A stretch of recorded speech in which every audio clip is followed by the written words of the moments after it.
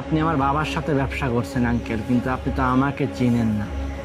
এই টাকাগুলো আমি আপনাকে কিভাবে ভাগ দিতে পারি বলেন? টাকার জন্যই সব কিছু। যাই হোক আঙ্কেল, আপনি এখানে বসে থাকেন, আমি যাই গিয়ে ফ্যাক্টরি থেকে লোকজন পাঠিয়ে দিয়ে বলি বুলবুল সাহেব ওখানে অজ্ঞান হয়ে গেছে, দেখো তো কি হয়েছে। সাবধানে থাকবেন, ঠিক আছে? আসি। আঙ্কেল আপনি ঠিক আছেন? বাবা আঙ্কেল, হ্যাঁ আসুন। আপনি কি এই কে কোথায় আসো? আঙ্কেলের জন্য পানি নিয়ে আসো। থাক থাক, তোমাকে আর কষ্ট করতে হবে না।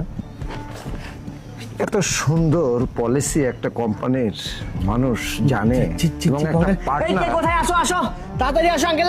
আপনি কাউকে ঠিক প্রয়োজন আছে? হবে না, আমি একদম সুস্থ।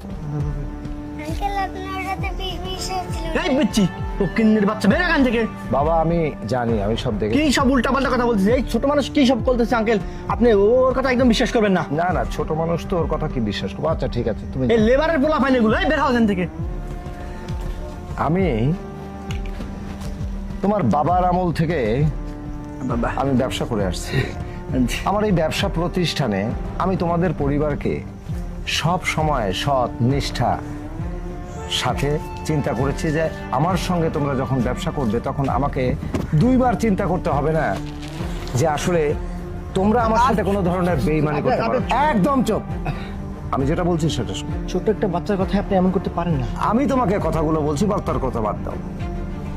আমি তোমাকে বলছি যে তোমাদের সঙ্গে ব্যবসা করতে গিয়ে আমি সব সময় ঘুম পেরেছি।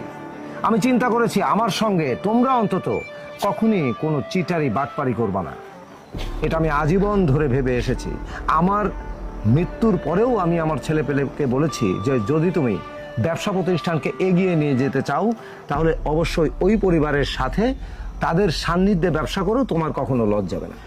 যাই হোক, তুমি আজকে যে কাজটি করলে, ভুল বুঝছেন আসলে। ওই যে ওখানে সিরিঞ্জ পড়ে আছে, আমি সব দেখেছি। তুমি কিভাবে কি করেছো সম্পূর্ণ আমি দেখেছি। আমাকে আর বোঝানোর চেষ্টা করো না। তার মানে আমি আজকে না দেখলে তো আমি শেষই হয়ে যেতাম।